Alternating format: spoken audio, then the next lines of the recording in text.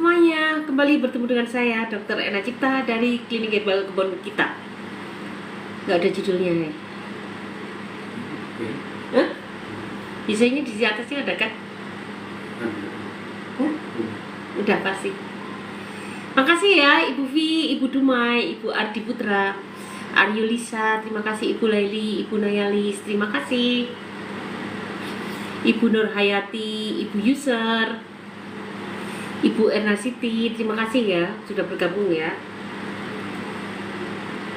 Terima kasih Pak Irfan Munandar, Barisan Ulama, terima kasih Anastasia, Lukman Hakim, terima kasih Ibu Matahari Terbit, terima kasih ya Ibu Zerialvin, Peggy Prapot, Ogunogun, Ading, Puspa Indah, Alvinius, Mogu, Imam Zidan, Rupita, Berkah, Kasanova, Kinin Indri, User, Yuyun, terima kasih. Assalamualaikum, waalaikumsalam. Ibu Suparmi, Matahari, izin dulu dokter, monggo. Terima kasih Sari, Pak Widya, terima kasih ya. Ibu Nela, terima kasih. Ibu Yopita Yanti, gimana kabarnya sekarang? Ayo dong berbagi. Mudah-mudahan semakin bagus ya Bu Yopita, supaya semakin semangat nih. Also ya.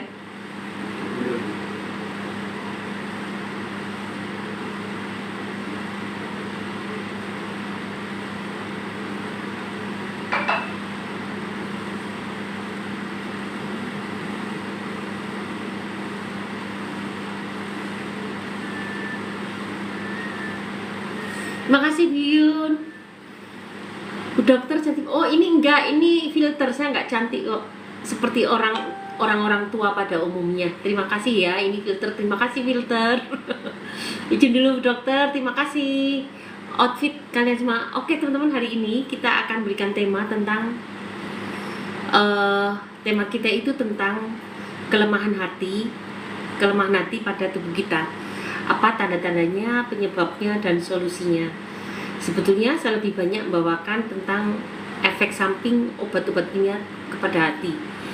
Tetapi kadang-kadang kalian tuh nggak nyadar ya bahwa obat yang sedang kalian rutin makan, rutin ya, itu sebetulnya sudah memberikan efek ke kelemahan hati kalian. Nah ini yang akan aku ulas teman-teman sambil menunggu yang lain. Kayaknya boleh dikasih dulu gimana? Ini kok nggak keluar ya judulnya? Makasih ya, terima kasih Ibu Veki, Ogun, Ibu Andinuk, terima kasih Ibu Puspa, Ibu Zidan, Ibu Andrea Kinin, Ibu Yuyun, Ibu Matahari, Ibu Erna Siti. Dok, sakit perut sebelah kiri ditusuk sampai ke badan gitu ya, maksudnya ke badan ya. Nanti ya saya akan jawab nanti. Bu Encas, terima kasih Bu Encas sudah hadir. Dok, terizin keluar. Assalamualaikum. Baik, terima kasih Ogun, terima kasih ya untuk ini. Oke, saya langsung aja ya, udah jam 10 soalnya. Baik, sebetulnya kena hati lemah itu tanda-tandanya apa sih? Tidak harus warnanya kuning loh badan kita. Satu, jangan sampai tanda kuning, malah saya ingatkan. Jangan sampai menunggu badan kita kuning. Kalau udah kuning berarti sudah benar-benar hepatosit kita sudah banyak yang bermasalah. Hepatosit itu nama dari sel-sel hati. Jadi jangan nunggu kuning. Kita lihat tanda-tandanya dulu. Yang kedua, jangan sampai menunggu SGOT, SGPT-nya tinggi. Itu adalah salah satu enzim yang dikeluarkan jika ada kerusakan dari sel-sel hepatosit. Itu maka akan dikeluarkan SGOT, SGPT tinggi. Tapi ada saatnya nanti SGOT, SGPT kita itu akan rendah. Nah, SGOT, SGPT rendah. Jadi ada yang namanya mau di sini aja mau. Jadi ada yang namanya rentang nilai SGOT, SGPT. Ada rendah, ada tinggi. Tinggi itu biasanya terjadi kelainan pada hati. Tetapi rendah juga bukan berarti aman teman-teman. Batasnya 8, 9 itu ada di batas bawah. Itu juga memiliki arti klinis. Arti klinisnya kalian malnutrisi. Nah sekarang apa tanda-tanda bahwa hati kalian sudah lemah? Yang pertama, kalian suka masuk angin. Gejalanya itu sebetulnya mirip 11-12 dengan gejala-gejala asam lambung. Karena memang hati itu sepupunya asam lambung, deket banget dengan usus lambung. Hati yang mengeluarkan enzim, yang buat enzim, dan yang memakai siapa? Yang memakai adalah lambung dan usus kecil. Jadi ini sangat berdekatan. Jika usus lambungnya bermasalah, maka hatinya juga bermasalah. Nah, tanda-tandanya makanya 11-12 dengan gejala pada sama dengan gejala penderita asam lambung.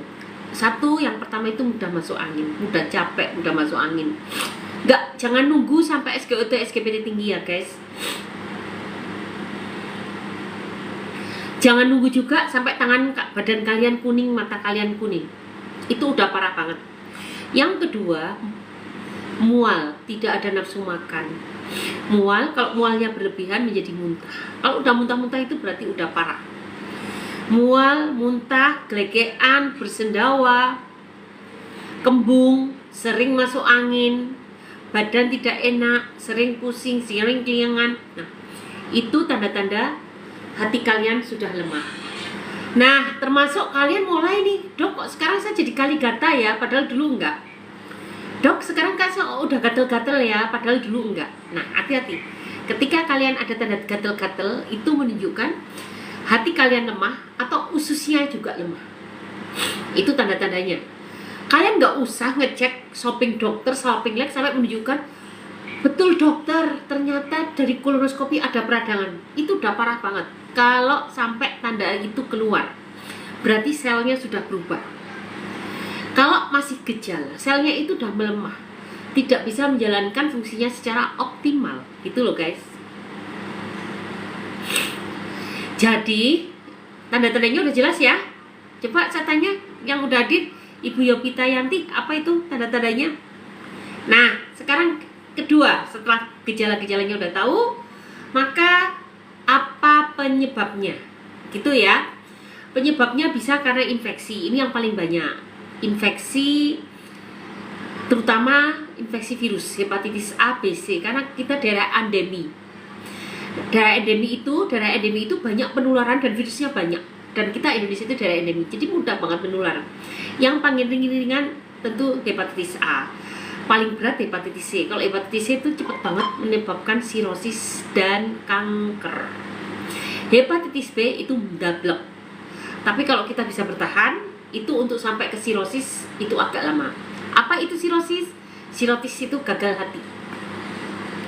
Jadi kalau ada gagal jantung, ada gagal ginjal, hati bisa gagal nggak? Bisa gagal hati. Lambung pun sebetulnya juga bisa gagal. Jika gimana mas? Gagal lambung.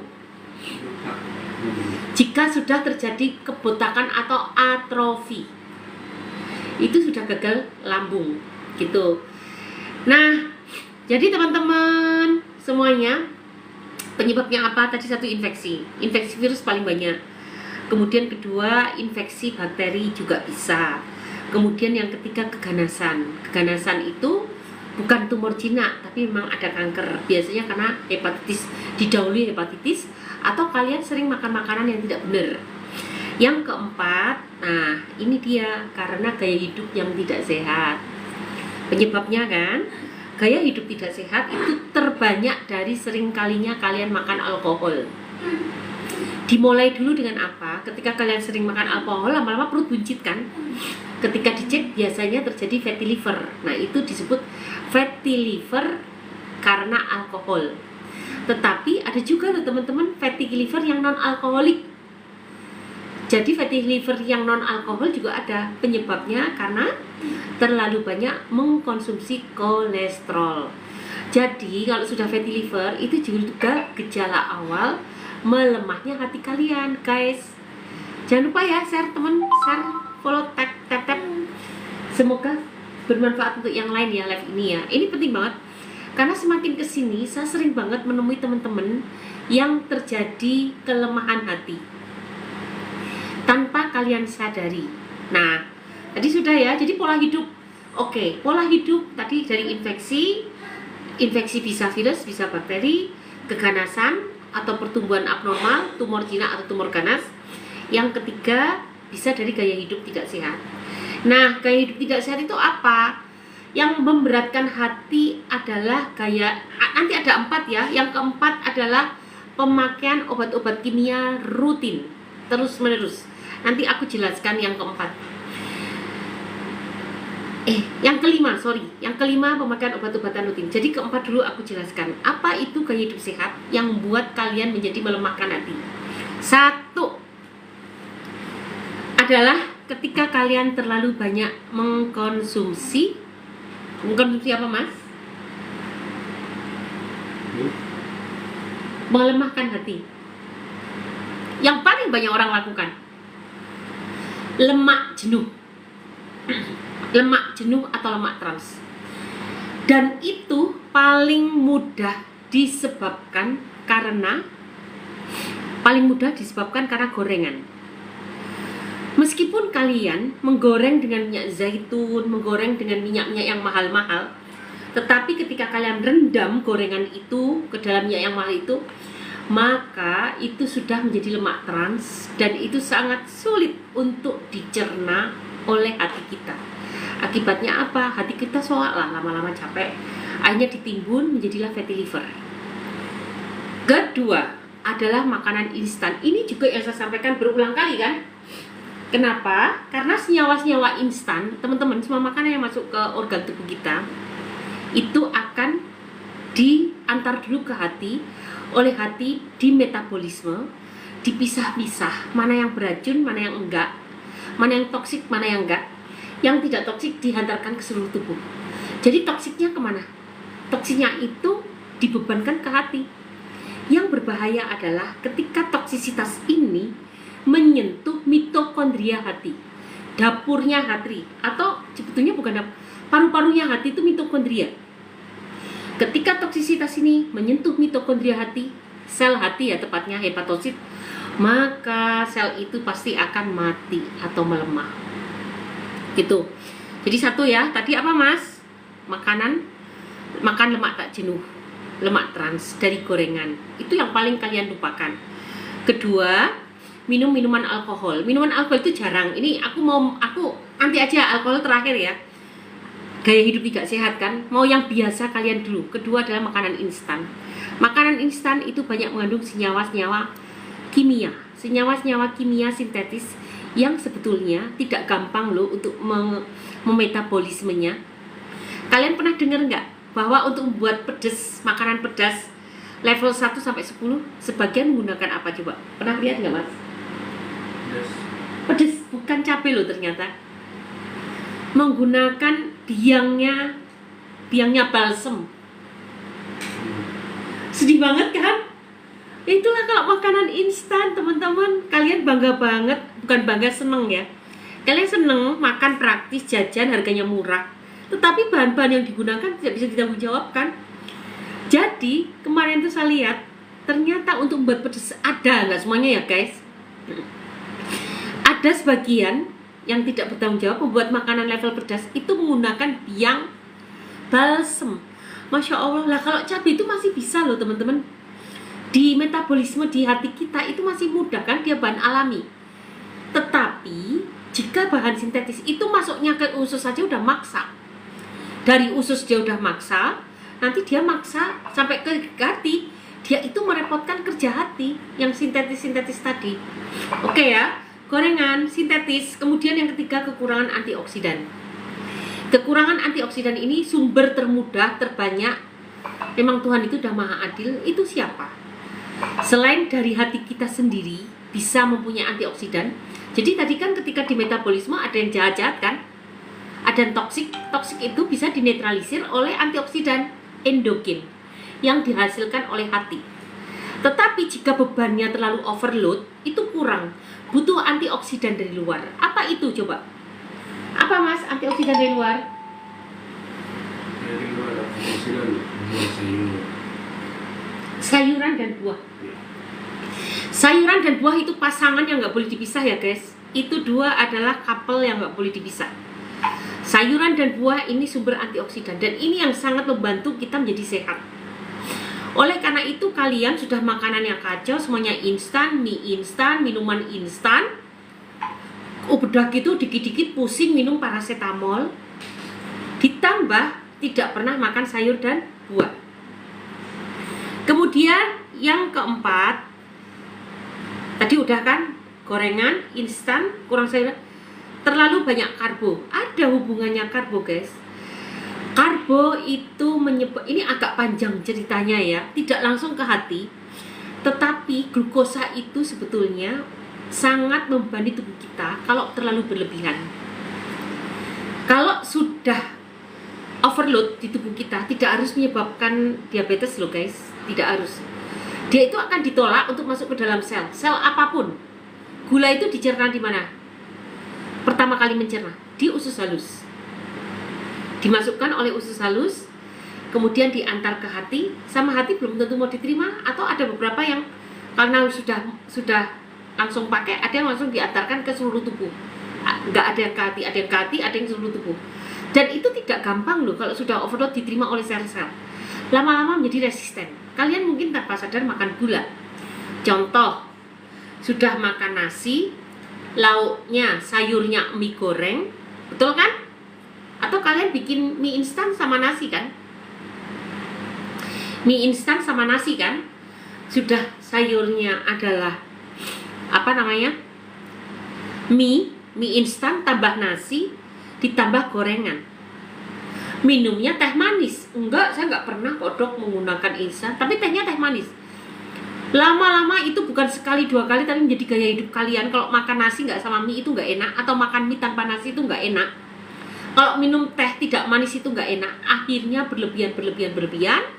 Akibatnya apa? Terjadilah resistensi insulin. Makan berapa banyak pun kalian tetap lemas, tetap lunglai. Karena apa? Karena glukosa kalian ditolak oleh membran sel untuk diolah ke dalam sel untuk menjadi energi, sehingga menjadi lemah. Dan udah deh, 4 itu aja deh, ditambah 5 alkohol.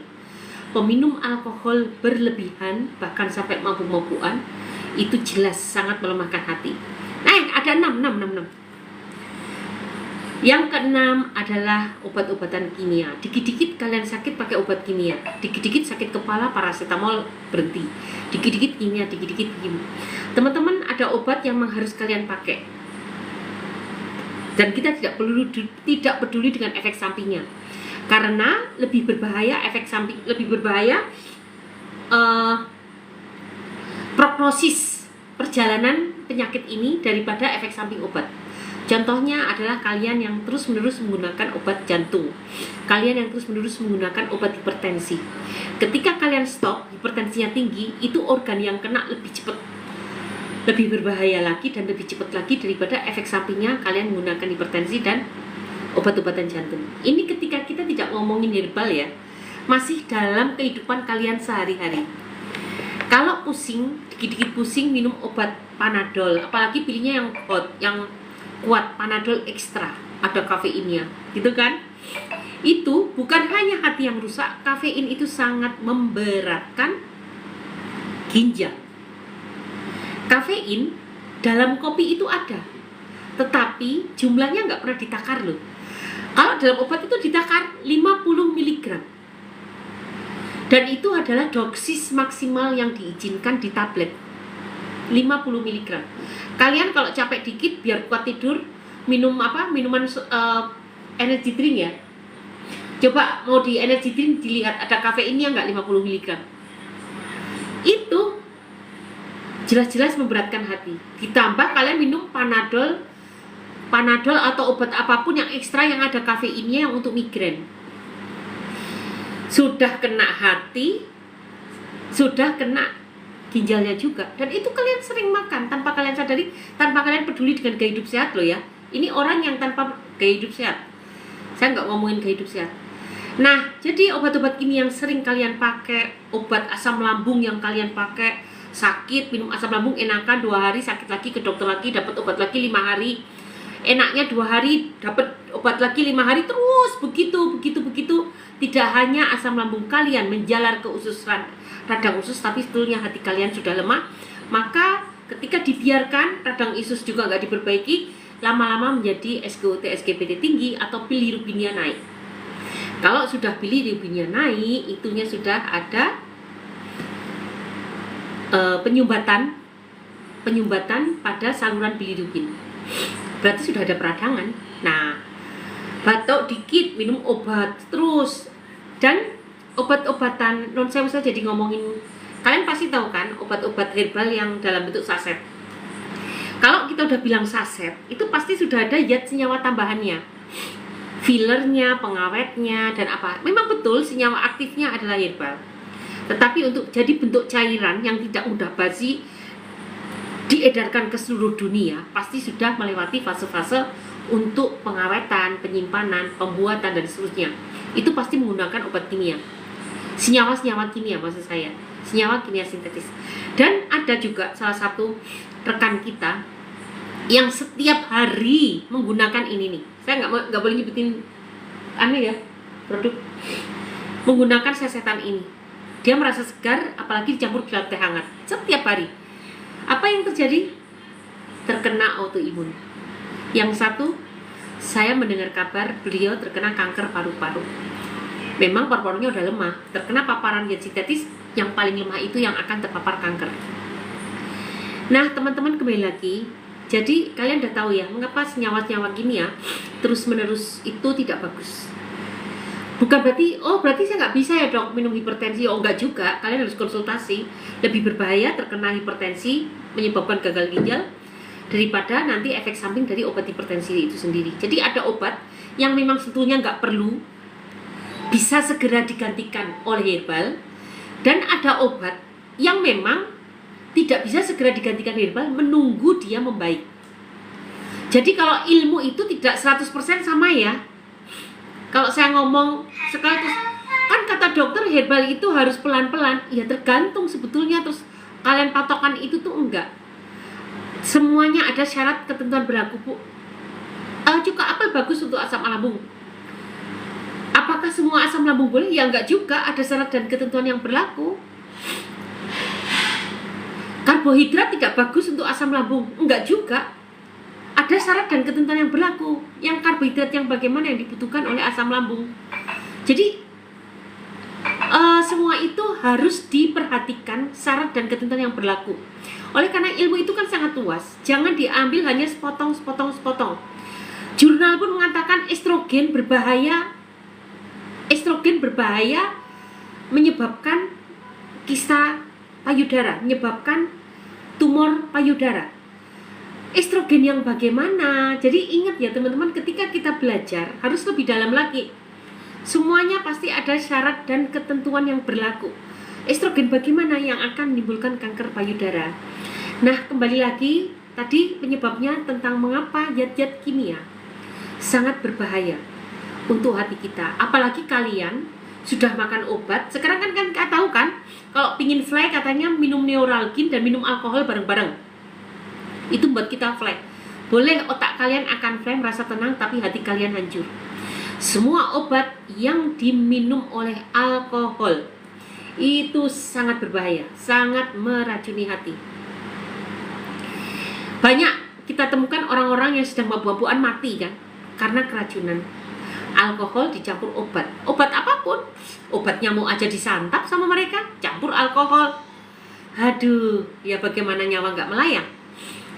Alkohol saja terus-menerus itu sudah memberatkan hati, apalagi dicampur dengan obat-obat kimia. Jadi teman-teman berhati-hatilah. Ada obat yang bisa digantikan dengan herbal, ada obat yang hanya didampingi dengan herbal. Tapi intinya adalah ketika kalian harus menggunakan obat untuk jangka panjang, karena memang situasinya harus begitu, maka harus didampingi dengan herbal. Untuk apa? Untuk meregenerasi sel. Tidak ada obat yang bisa meregenerasi sel. Ingat ya, meregenerasi itu artinya merubah sel jahat, sel rusak menjadi sel baik. Yang bisa melakukan hanya bahan-bahan alami. Makanan sehat, herbal-herbal, madu-madu, semua makanan minuman alami yang berkhasiat itu akan sangat membantu untuk meregenerasi sel. Dan ini wajib mendampingi pengobatan kalian yang kronis. Memang ada yang nggak bisa teman-teman. Misal kalian menderita radang usus autoimun parah, radang usus autoimun dan penyakit komplikasi lain. Mungkin penyakit untuk autoimunnya nggak bisa terlepas dari obat, karena gejalanya akan menjadi sangat kepayahan. Tetapi efek sampingnya banyak juga. Nah, itu harus didampingi dengan herbal yang sesuai supaya efeknya tidak memburuk. Oke teman-teman, aku nggak akan bicarakan khusus autoimun, tapi kapan-kapan akan aku bicarakan. Tetapi yang jelas, obat-obatan psikotropik, penenang, itu memberatkan hati. Sebetulnya hampir semua obat. Yang paling sering diteliti itu adalah paracetamol alias acetaminophen. Sering banget, penelitiannya banyak banget. Dan itu juga yang kita pakai untuk membuat hati. Kita mau riset ke tikus, tikusnya mau kita riset, kita induksi. Kita induksi itu kita suntik atau kita beri makanan yang ada acetaminophennya, supaya hati tikus tadi rusak. Nah nanti baru setelah itu kita berikan herbal atau obat-obatan yang akan kita uji. Itu karena saking beracunnya acetaminophen, paracetamol itu, maka sering banget diteliti. Kalian rutin minum paracetamol 1 bulan berturut-turut 1500 mg, maka hati kalian akan lemah. Dan kadangkala kita itu kalau di rumah sakit itu nggak bisa loh berpatokan hanya pada aturan main begitu. Pasien dengan tinggi suhu badan yang sangat tinggi, sepsis misalnya, mau tak mau tiap 4 jam kita berikan obat-obat penurun panas.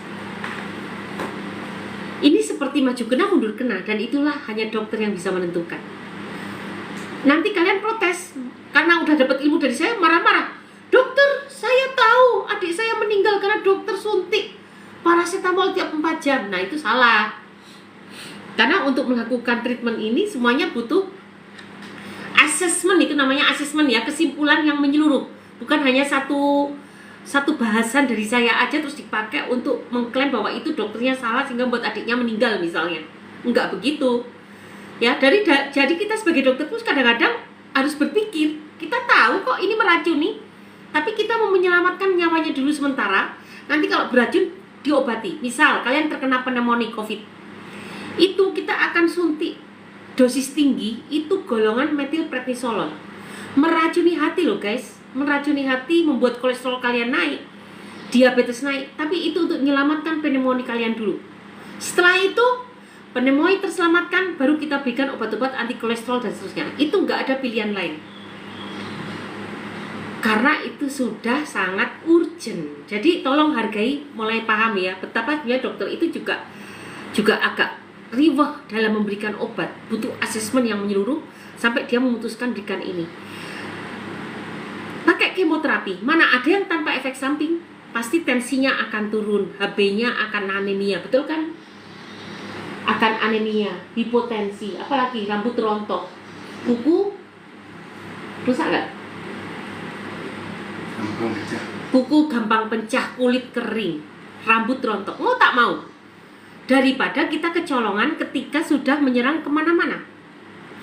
Oleh karena itu guys, untuk mencegah itu semua, dampingilah pengobatan kalian selalu dengan herbal dan gaya hidup sehat.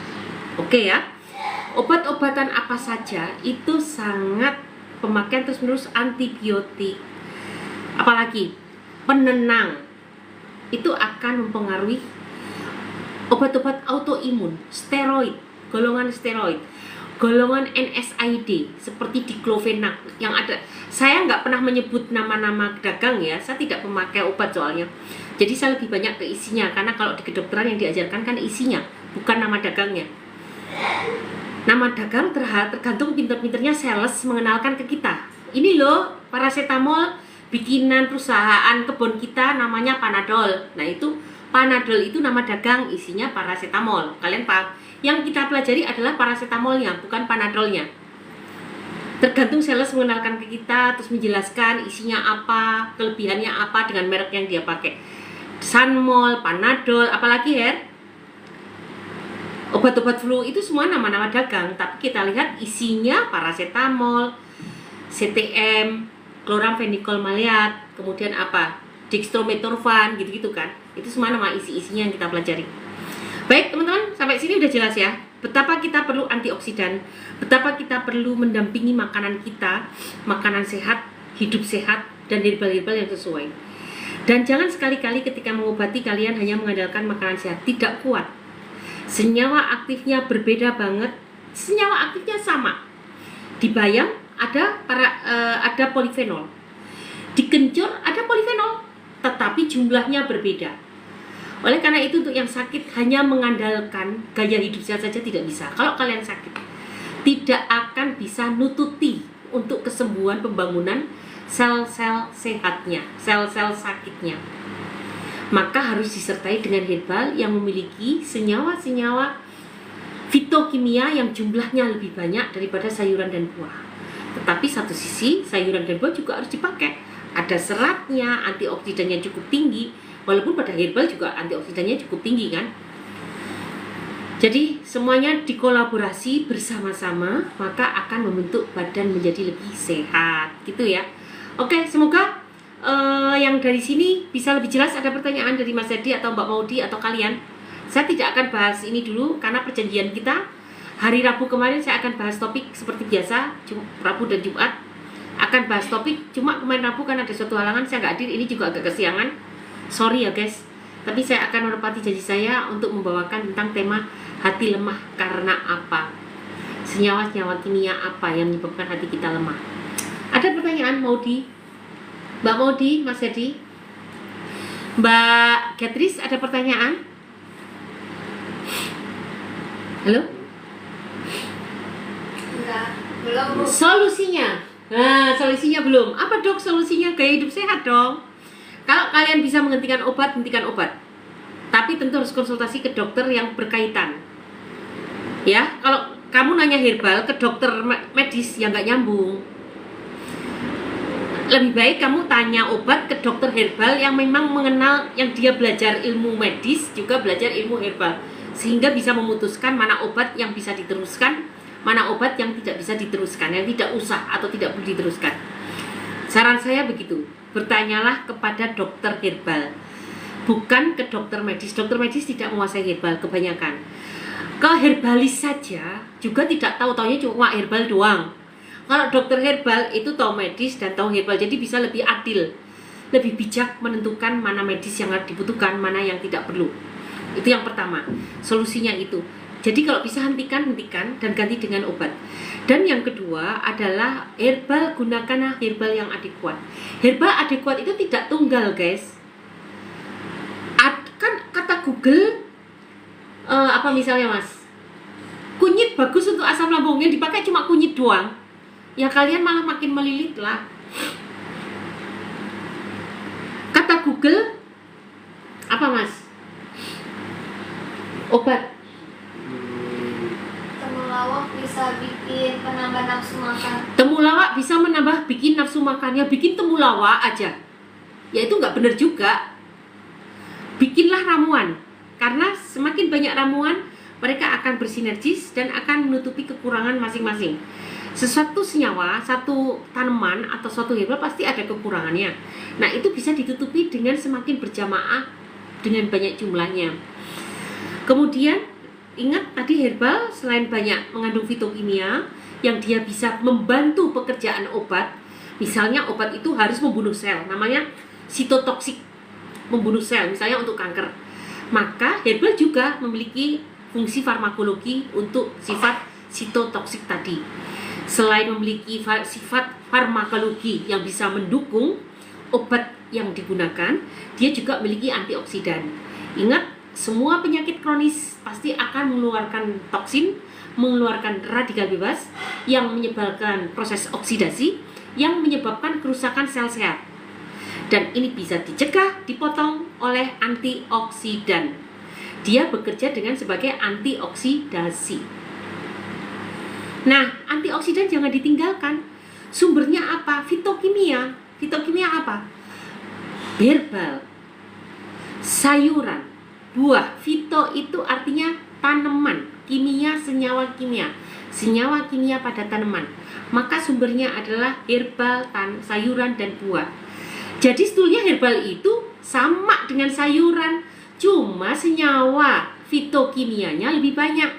Oleh karena itu makannya juga tidak sebanyak makanan sayuran. Kalau kalian makan bayam bisa 1 mangkok, kalau makan herbal nggak bisa 1 mangkok. Ya coba aja kamu makan kencur 1 mangkok, nggak akan mati, tapi akan mules pasti. Dan itu sifatnya reversible, tidak toksik. Artinya kalau berhenti juga nggak masalah.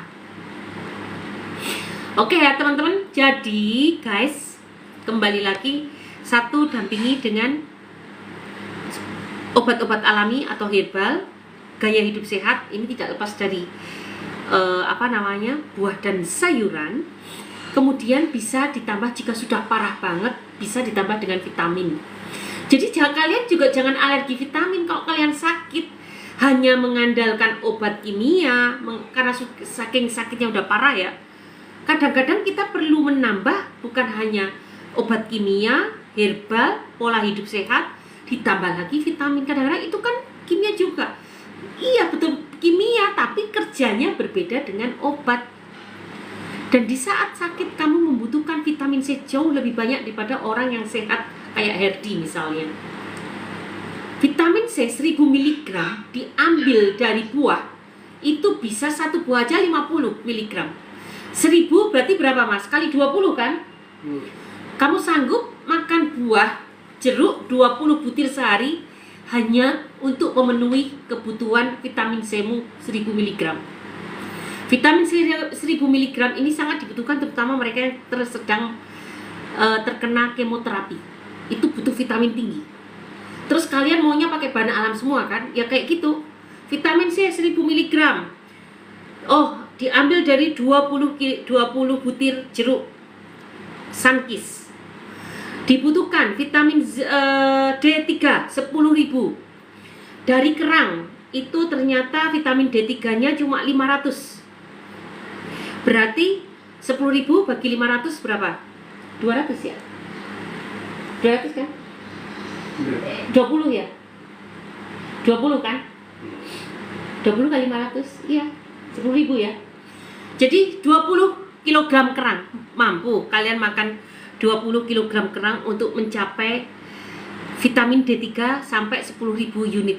Karena untuk penderita kemoterapi butuh vitamin dalam jumlah tinggi. Vitamin A butuh dosis sekian miligram. Diambil dari wortel 1 kilo bisa. Dalam 1 hari kamu makan untuk memenuhi vitamin yang dibutuhkan ya. 20 butir jeruk. Kemudian apa?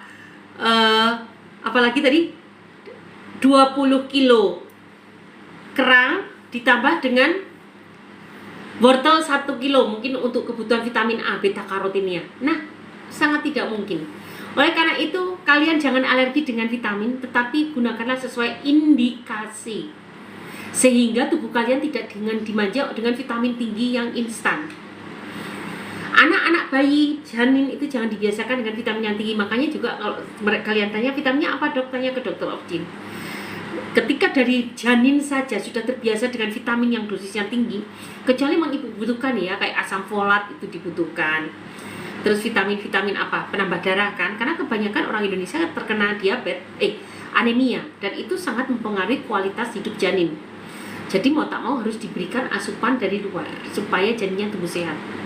Itu di Indonesia ya. Kalau di Belanda enggak. Kita pernah di Belanda, itu kita hampir enggak dikasih apa-apa tuh vitamin di sana, karena memang gaya hidupnya udah tinggi protein ya kalau di Belanda ya. Jadi nggak perlu banyak vitamin dan seterusnya. Jadi biasa aja udah mencukupi. Dan ini makanya saya ngomongin Belanda. Nanti kalian jangan bandingkan dengan Belanda. Ih, Indonesia berlebihan dikit-dikit vitamin, dokternya ngasih vitamin. Ada yang ngomong gitu. Di Jepang nggak pernah tuh kasih kita hamil di. Nah, Jepang itu hidupnya udah sehat guys. Dari dulu mereka itu udah ngerti hidup sehat itu apa, tinggi protein itu udah ngerti, beli susu itu udah menjadi kehidupan sehari-hari. Tidak ada kesulitan untuk beli susu. Lah kita aja minum susu aja mungkin sebulan sekali. Lah mereka itu air putihnya pakai susu, dagingnya makanan sehari-hari. Jadi udah hidupnya udah bagus, gaya hidupnya udah sabu. Di negara maju ya nggak perlu vitamin. Jadi aku ngomong kayak gini karena kadang-kadang ada yang komentar kalian yang kurang apa ya, kayak gitu tuh kurang apa namanya, tidak kontekstual ya. Di luar. Hah? Di luar ini. Tidak kontekstual kan, tidak sesuai konteksnya atau gimana ya. Jadi kalian, dok, berarti ini katanya di luar negeri nggak pernah tuh Jepang, jadi saya nggak makan dok. Saya nggak makan, saya pernah baca di Google kalau Jepang itu nggak butuh vitamin, di Belanda nggak butuh vitamin. Lah iya, udah beda negara, beda habit, beda lingkungan hidup. Jadi jangan disamakan guys antara Belanda, Jepang dengan Indonesia. Kita di Indonesia seperti itu. Fakta riset menunjukkan bahwa orang Indonesia kekurangan apa coba? Vitamin zat besi, kekurangan asam folat, dan sampai anemia ketika kehamilan itu sangat berbahaya. Jadi mau tak mau harus menggunakan suplemen. Nah, seperti kalian, dok, HB saya rendah. Kan sangobion baik untuk meningkatkan HB. Sembarangan tanpa konsultasi ke dokter, itu berbahaya loh guys. Ginjal kalian juga bisa lemah. Ingat, semua obat apapun metabolismenya itu di hati. Makanya semua harus sesuai indikasi, tidak sembarangan.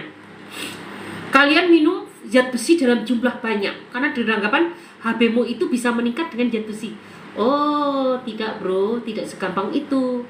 HB-nya dicari dulu. Karena apa? Kalau hamil bener, zat besinya kurang, dia kurang makan sayuran dan sayuran, buah, ikan, daging-dagingan kurang, maka zat besi kurang. Tetapi untuk sakit yang suka diare, ada pendarahan, mau dikasih berapapun zat besi tidak akan menaikkan HB-nya. Malah zat besi ini membebani hati dan ginjalnya. Pipisnya pun sampai merah. Ya merahnya nggak apa-apa sih, itu wajar kok. Jadi ilmu ini sangat luas guys. Tidak kalian hanya gara-gara baca Google membahas tentang sangobion saja atau sales obat hanya ngomong, kalian langsung merasa paling pintar. Oh sorry ya guys, kadang-kadang wah berarti saya bisa pakai ini dok, pakai ini. Jangan seperti itu. Pelajari kapan saya boleh menggunakan sangobion. Dibaca-baca lagi kalau perlu yang jurnal. Kalau nggak mau konsultasi ke dokter ya, kalau mau konsultasi ke dokter, dokter akan memberitahu. Tapi kalau kalian mau berusaha sendiri, jangan cari ilmu tuh begitu. Sampai kapan boleh mengkonsumsi sangobion, jurnal. Gitu caranya. Lebih baik jurnal, bukan artikel. Jurnal itu memang lewat riset, lewat referensi yang bisa dipercaya. Gitu ya guys. Oke, jadi solusinya apa tadi untuk mencegah atau mengobati kelemahan hati? Satu, ya tentu stop penyebabnya, stop gorengan, stop makanan instan, perbanyak sayuran dan buah.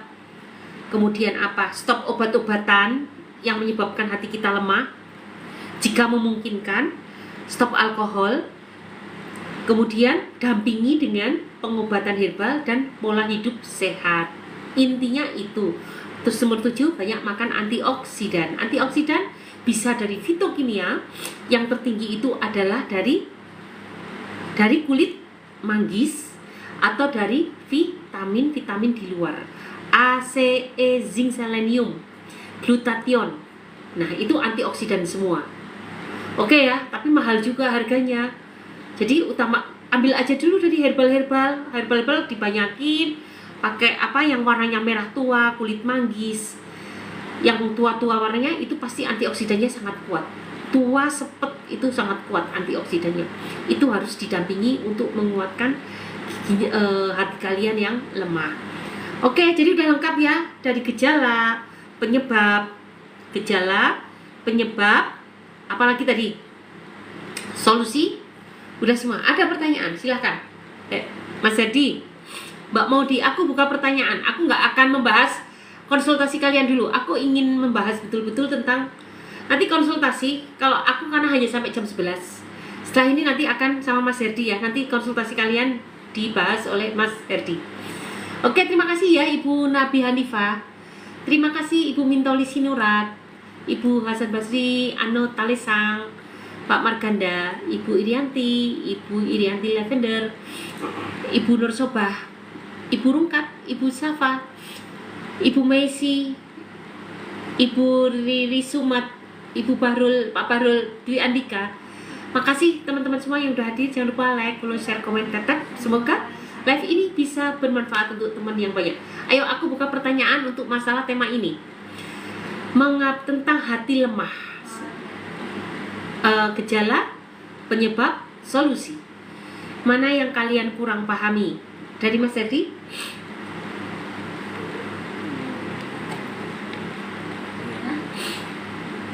Cukup sih itu. Jadi, Cukup paham ya? Nah, oleh karena itu gaya hidup sehat apa sih? Kalau kita ngomongin alami, itu tidak melulu herbal saja ya guys. Yang namanya alami itu, dulu kalau kita belajar tubuh kita tuh, komponen tubuh kita tuh banyak banget yang harus dibenahi dan yang harus selalu kita suplai. Sayur buah wajib. Makanya saya sangat menentang ada teori makan tanpa sayur dan buah. Enggak deh, aku belum pernah baca kelebihannya tanpa sayur dan buah. Bakteri saja membutuhkan serat yang kita makan kok.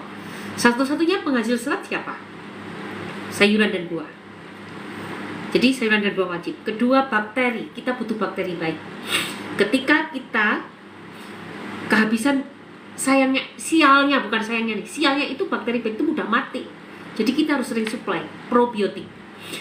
Nah, ketika bakteri baik tidak ada, maka pertumbuhan bakteri jahat, jamur, virus itu menjadi bisa tidak terkendali. Itulah mengapa penting banget kita harus mengkonsumsi bakteri baik, probiotik. Bisa pakai madu imun, ini multi strain, madu khusus. Kita tuh sebenarnya madunya banyak, jenis-jenisnya banyak. Ini bukan madu murni guys, jadi jangan, dok saya pakai madu hutan dari Kalimantan ya, bagus, tapi tidak sebanding dengan ini. Maksudnya tidak apple to apple. Kayak saya lagi ngomongin karbohidrat yang sehat, tiba-tiba kalian, dok saya makan protein ya. Karbohidrat dibutuhkan, protein dibutuhkan, tapi manfaatnya berbeda. Sama-sama bagus. Jadi madu ini bukan madu hutan murni ya guys, jadi jangan disamakan dengan madu hutan manapun. Jangan, dok saya kan udah pakai madu hutan asli dari Australia, New Zealand, boleh nggak saya pakai itu? Bagus, tetapi beda khasiat dengan ini. Ini itu probiotik. Tetapi kalau kalian bandingkan, misalnya probiotik ini, dok boleh nggak saya dengan yogurt? Boleh. Tapi itu untuk kalian yang sehat. Kalau kalian sakit, enggak. Bukan nggak boleh, kurang efektif kalau kalian hanya mengandalkan yogurt. Kalau sakitnya kronis, mengandalkan Yakult, yogurt, kefir, apalagi keju, itu keju juga probiotiknya tinggi. Mengandalkan tempe, itu sangat kurang karena strainnya terlalu sedikit. Di kita saja penyakit kronis itu aja madunya kita selang-seling, ada madu khusus, madu imun, ada yang dapat madu G, ada yang madu C, macam-macam, supaya strain bakterinya terkumpul dengan sempurna. Sedangkan pada makanan yang tadi saya sebutkan, strainnya nggak banyak, strainnya sedikit, maka kekuatannya akan lemah. Dan itu belum dibutuhkan oleh penderita penyakit kronis yang sudah parah. Oke ya. Jadi satu, banyak makanan serat, buah dan sayur. Serat ini adalah prebiotik, makanan probiotik. Kedua, butuh probiotik, bakteri baik. Kalau kalian sehat, nggak apa-apa pakai yogurt dan itu menjadi harian kalian. Mau yogurt, apa makanan Korea, kimchi, yogurt, kefir, Yakult, dan silakan. Kalau kalian sehat itu cukup. Tetapi kalau kalian sakit harus yang lebih kuat lagi. Kemudian kalian harus makan apa lagi? Kalau kalian hidup di daerah yang stresornya sangat tinggi, lingkungannya tidak bersih, gaya hidup kalian kacau balau, harus pakai antioksidan. Antioksidan termudah dari herbal, apa yang ada di dapur. Kunyit, pakai aja kunyit. Jangan kunyit doang, kalau saya makan bilang kunyit. Herbal itu sebaiknya ramuan. Jadi pakailah kunyit ditambah dengan apa yang ada di dapur. Kunyit, jeruk nipis, atau mau pakai asam jawa, kemudian ditambah dengan daun salam, serai, boleh-boleh aja. Rutin lakukan itu. Itu sudah menyumbang antioksidan di tubuh kalian. Pingin yang lebih berat lagi, pakai mengkudu. Pingin yang agak susah mendapatkannya, pakai kulit manggis. Kalau kalian ingin buat sendiri, kamu simpan di freezer kulitnya, nanti kamu rebus bisa. Ketika kamu rebus, kemudian kamu rebus airnya kamu rebus, kemudian kulitnya, ini ajaran dari Pak Fernando ya. Beliau memiliki usaha untuk bikin ekstraksi ekstraksi kulit manggis, dan bisa juga menggunakan produknya. Nah, kulitnya direbus, setelah itu di aku agak pilek ya guys, maaf, ini satu tim buat kita pilek semua, pilek dan batuk radang tenggorok. Tadi itu kulit manggisnya kemudian direndam dengan air es, nanti mengapung putih-putihnya, itu getahnya diambil. Setelah bersih baru kita blender, tambah air matang dong, kita blender kemudian kita peras, kita minum airnya. Itu salah satu ekstraksi kulit manggis yang bagus. Direbus dulu, kemudian kulitnya direndam air es. Setelah itu ada putih-putih getah yang mengapung, itu merupakan tanin yang terlalu banyak, nggak bagus buat tubuh kita, terlalu banyak. Dia digunakan, antioksidannya kuat tanin, tetapi terlalu banyak nggak enak juga. Diambil taninnya, kemudian nanti baru di blender. Setelah diambil taninnya, kulitnya jadi bersih, nggak ada taninnya lagi. Kulitnya tadi kemudian di blender, airnya diperas, dan itu diminum. Itu juga salah satu antioksidan. Itu yang bisa dicari di rumah. Kalau kalian membeli produk saya, pilihlah madu-maduan, madu imun. Itu wajib, itu probiotik, herbal, fitokimianya. Garam itu juga berperan sangat bagus. Jadi udah paham ya. Jadi itu kira-kira teman ya, bagaimana mengatasi kalian sakit hati tadi. Sakit hati bukan karena ditinggal pacar, sakit hati karena diserbu patogen. Gitu ya. Oke, ada pertanyaan nggak? Apa bisa sembuh kalau ada penumpukan lemak di hati walaupun menumpuknya sedikit? Bisa. Gaya hidup sehat, banyak minum minyak zaitun, insya Allah akan membaik. Minyak zaitun nih, nah ini minyak zaitun, kalian bisa cek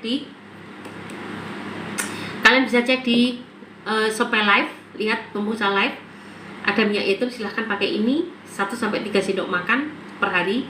Tapi stop tadi ya, udah tahu kan, udah dengerin kan, stop apa saja, aku nggak mau ngulang-ngulang lakukan itu. Pakai ini aja udah cukup bagus. Ubah tentu gaya hidup sehat. Kurang kuat, tambah ini. Kurang kuat, tambah cuka mengkudu. Oke. Dokter tadi sudah, terima kasih. Nanti pertanyaan lain biar dijawab sama Mas Hedi ya. Mas Hedi bisa jawab nggak? Kamu sampai 1 jam bisa? Bisa. Tambah parah ya? Oh, berdarah lagi nggak? Cuma kemarin suaranya habis. Kayak Iya. penularan lewat telepon. Kamu soalnya telepon jadi nular. Ibu Momi Vimisi, terima kasih. Aktif Bu, BA admin aktif. HTTP-nya diklik aja. Minta lisinurat ini lagi dibalesin sama Serdi yang masuk. Nggak ada WA lain, malah repot Bu nanti. Leni Maulidar, terima kasih untuk kehadirannya. Momi Filmisi minta lisinurat, terima kasih ya. Sariceng, terima kasih. Dikta Khairani, oke silahkan. Kemudian Ibu Darni, Pak Anto Talesang, Marganda, silahkan, terima kasih buat kehadirannya. Anto Talesang, Lita Khairani, silahkan ya. Assalamualaikum dokter, mohon maaf telat di jalanan internetnya nggak normal. Oh nggak apa-apa, terima kasih ya sudah membantu menemani saya untuk live. Makasih Ibu Nabil, semoga bermanfaat ya, supaya kita semakin aware dengan kesehatan anak-anak kita. Sehat mereka dari kecil itu udah investasi untuk masa depan mereka. Jangan biasakan anak-anak dikit-dikit obat-obatan. Kayaknya seneng banget dengan obat dan jajan karena simple, udah murah. Begitu minumin langsung sembuh sakitnya. Begitu rewel dikasih sirup, dikasih minuman soft drink, langsung diem. Ya itu enak di ibunya, tapi sebetulnya kalian sedang berinvestasi yang jahat pada tubuhnya. Makanya kita agak ribet, tapi yang kita dapatkan luar biasa. Tidak bisa lagi dinilai dengan uang. Itu ya.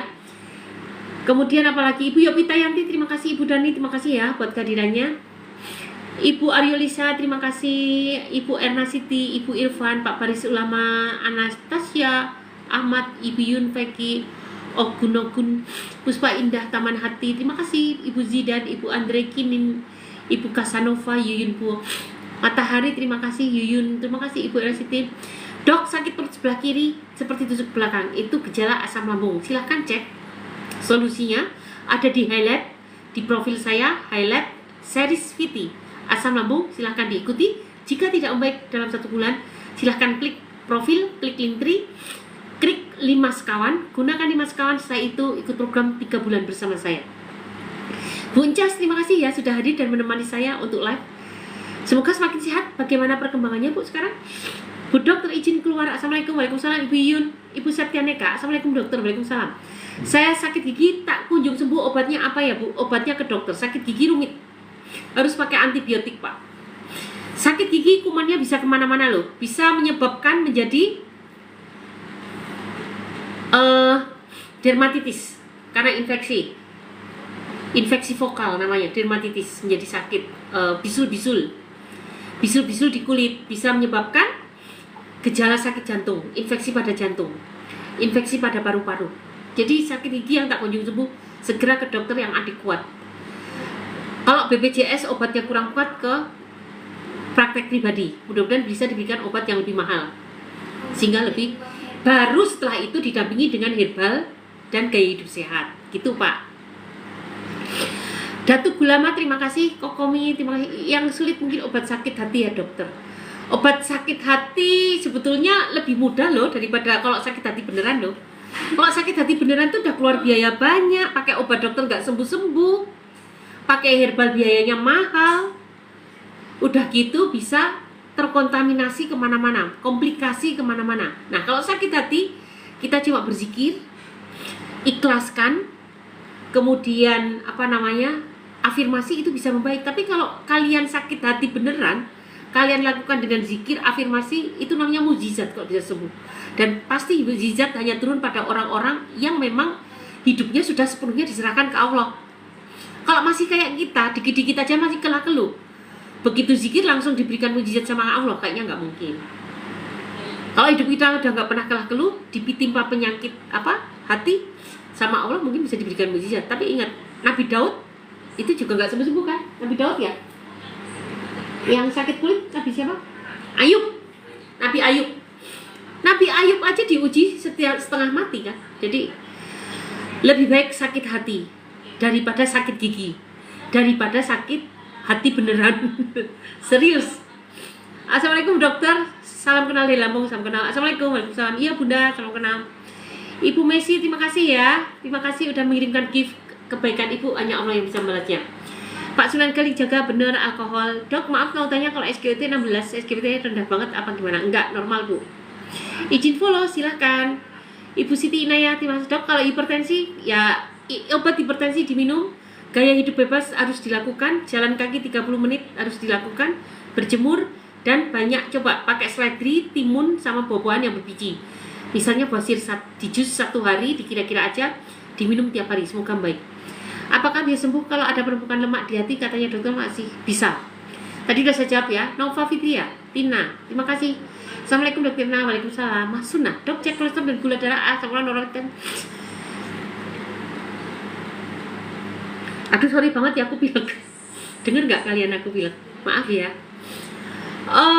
Kolesterol dan lain-lain. Ini kenapa badan sakit semua? Itu artinya Anda ada peradangan di tubuh. Peradangan itu hilangnya apa? Hilangnya peradangan dengan gaya hidup sehat, minum herbal, kunyit, mau pakai teramat juga bagus. 3 sekawan aja. Aku kalau menyarankan kalian jangan hanya teramat aja deh, kurang komplit. Pakai 3 sekawan aja, nggak usah 5 sekawan. Itu juga bagus. Kalau mau bikin sendiri, udah apa yang ada di dapur itu akan membuat badan menjadi sehat, tapi gaya hidup harus dirubah. Dan itu bukan kayak minum obat. Sekarang sakit, minum jamu sekarang terus besok sembuh. Enggak. Itu butuh konsisten. Jadi enggak gampang ya guys untuk menyembuhkan badan. Riset mengatakan nih, ini riset ya, pola makan sehat untuk radang usus baru ada perbaikan itu nunggu 6 bulan loh. Radang usus loh guys, bukan asam lambung. Kalau asam lambung aku pakai 3 bulan. Kalau sampai radang usus dari pola makan saja, dengan obat-obat kimia ya, itu baru mulai ada perbaikan sel-sel di ususnya, itu nunggu 6 bulan. Riset juga mengatakan senyawa polifenol akan memperbaiki sel tubuh kita nunggu 1 tahun. Polifenol terdapat pada sayuran, buah, dan herbal. Nunggu 1 tahun baru betul-betul kita sehat. Jadi pengobatan membangun tubuh kita, regenerasi sel itu nggak bisa dengan cepat. Harus konsisten dan sabar. Kalau ingin cepat, kalian bisa tambah dengan terapi hiperbarik. Kalian cari di Google terapi hiperbarik di mana. Kalian bisa tambah dengan itu dan hasilnya akan lebih cepat. Hapus atau gimana Her? Nih, Hapus Bu. Hapus saja.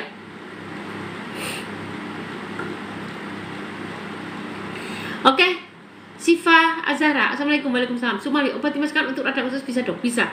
Radang usus saya sarankan nih mas kawan kalau udah parah banget ditambah dengan ramuan radang usus.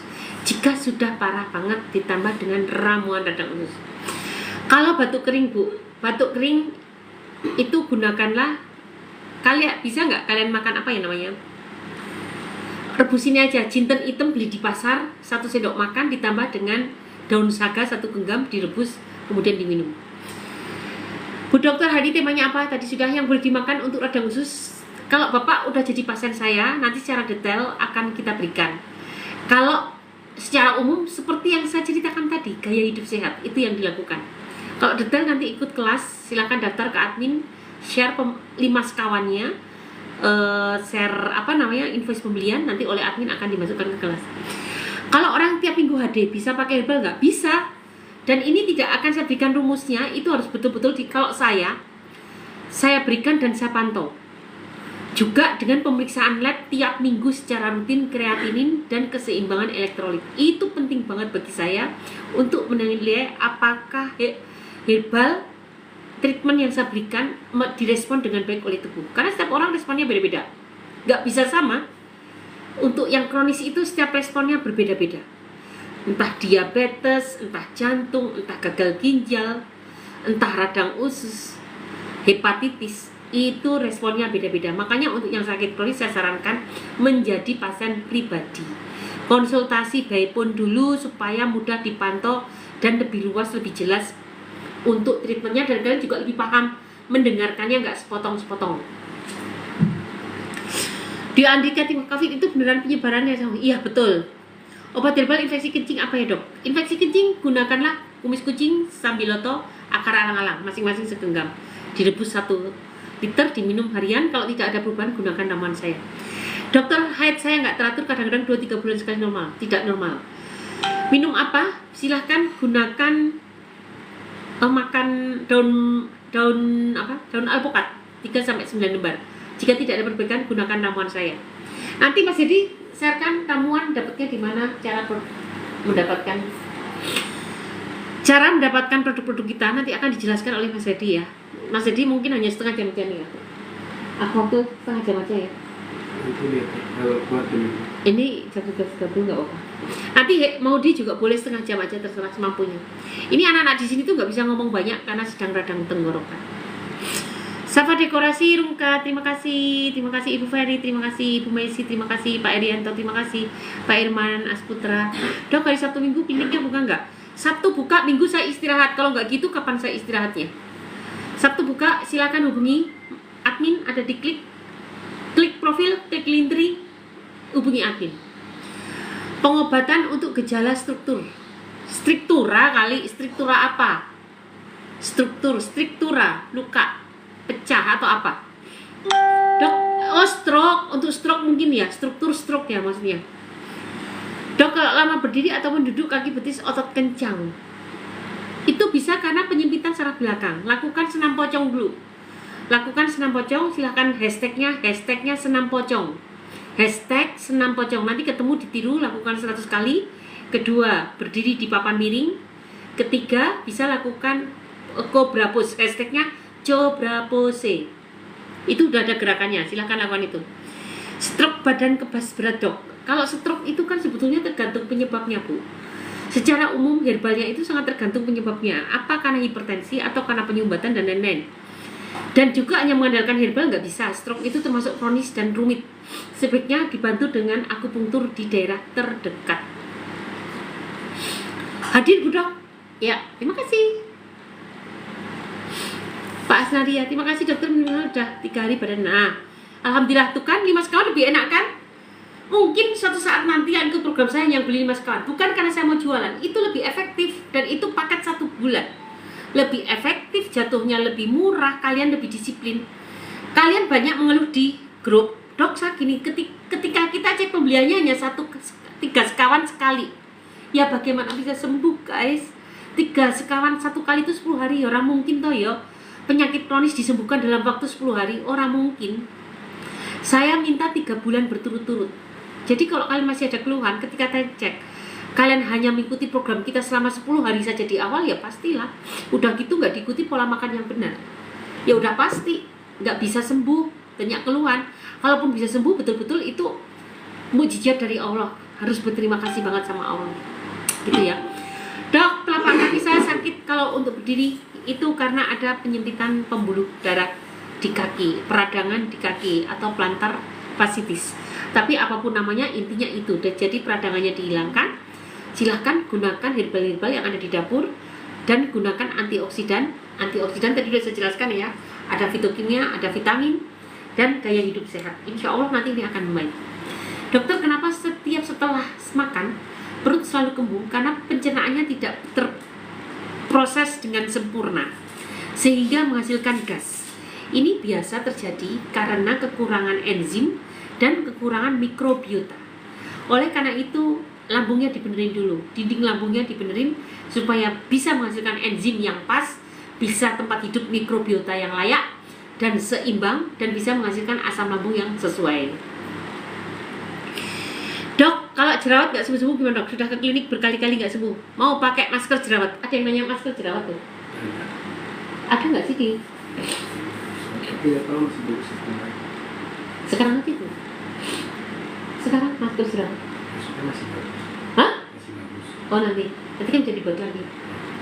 Masker jerawat ditampilkan aja, nanti dibuat lagi. Masker jerawat saya aja, nanti sama kita diberikan masker jerawat, dikasih madu mas B12. Ya. Dicampur dua. Madu G. Sama madu G dioleskan. Nanti dioleskan Bu, pakai bikin paket ya. Masker jerawat madu G. Nanti dioleskan bisa membaik insya Allah. Itu jerawatnya. Terus bisa akupunktur di daerah terdekat. Pak Eko Sutrisno, terima kasih buat kedatangannya. Hadir Bu Dok. Oke, nggak ada pertanyaan lagi. Saya tutup. Untuk mau diganti dengan VCO boleh silakan. Oke, terima kasih dokter, sama-sama. Ibu Susi, ada skincare Bu Dok. Skincare kita skincare alami. Kita sebetulnya sedang mencoba buat skincare yang nano ya, nanopartikel biar terserap, tapi on the process dan sedang saya coba karena sebenarnya banyak. Ini saya banyak ininya loh, flek-flek akibat menggunakan skincare dokter dulu. Muka saya itu sebenarnya kulit saya itu kulit yang sensitif, jadi nggak gampang juga. Nah kebetulan ini saya banyak fleknya dan saya sedang mengobati diri sendiri dengan skincare. Kalau ini bagus akan saya share ke kalian. Tapi kalau skincare alami kita ada berupa masker jerawat dan madu G. Nanti madu G-nya buat diminum dan buat di tempol-tempol gitu. Mudah-mudahan bisa membaik. Oke ya. Buat telapak kaki sakit minumannya apa dok? Minumannya nih, jus jahe lemon dan cuka mengkudu. Ada dua-duanya di sini. Jus jahe lemon dan cuka mengkudu. Ditambah juga bisa dengan minyak zaitun. 1-3 sendok makan per hari. Oke ya, udah jelas ya Bu? Oke, terima kasih. Mudah-mudahan Bu Susi, teman-teman semua yang ada di sini bisa semakin sehat. Kita semua juga, keluarga kebun kita juga semakin sehat dan bermanfaat untuk orang banyak dan sekitar. Bismillah ya. Saya izin dulu digantikan oleh Mas Edi. Mas Edi semampunya aja. Gak usah ini, nanti sampai jam 12 sama Maudi itu kan lumayan setengah jam. Nggak sampai pun. Ya. Oke, terima kasih buat semuanya. Ada ramuannya untuk cuci darah ada Bu, tapi ini harus dipantau oleh saya. Dipantau, jadi harus jadi pasien saya, konsultasi Bu. Tidak saya belikan obat bebas, enggak. Konsultasi, saya berikan ramuan, buatkan ramuan khusus untuk Ibu. Kemudian Ibu wajib kontrol per minggu by pun, supaya saya bisa ngontrol apakah respon Ibu bagus atau tidak. Karena kalau tidak, saya nggak mau kecolongan. Tapi alhamdulillah banyak yang membaik. Tapi tergantung dari Ibu juga mau melaporkan atau enggak. Saya nggak ingin kecolongan, ternyata nggak cocok untuk Ibu. Dari pola makannya, dari obatnya, dari vitaminnya, dari obat-obatan yang Ibu pakai juga saya pasti harus tahu apa saja. Sehingga nanti bisa kita atur supaya semuanya membuat Ibu menjadi lebih sehat. Insya Allah, silahkan Bu hubungi admin ya, ada di profil, diklik, kemudian klik link tree-nya. Dok, saya sering mengalami rasa takut, gelisah, panik. Kenapa dok? Biasanya karena asam lambung kronis. Kalau tidak, ikuti tip-tip dari saya, cara tip atasi kecemasan, lihat di series Viti. Ada di profil, klik ketemu series Viti, ada tip atasi kecemasan. Di mana bisa hubungi dokter? Klik profil, klik Linktree, hubungi admin atau chat inbox atau chat pesan. Oke ya, terima kasih buat semuanya. Dadah. Gantian ya sama Mas Edi dulu ya.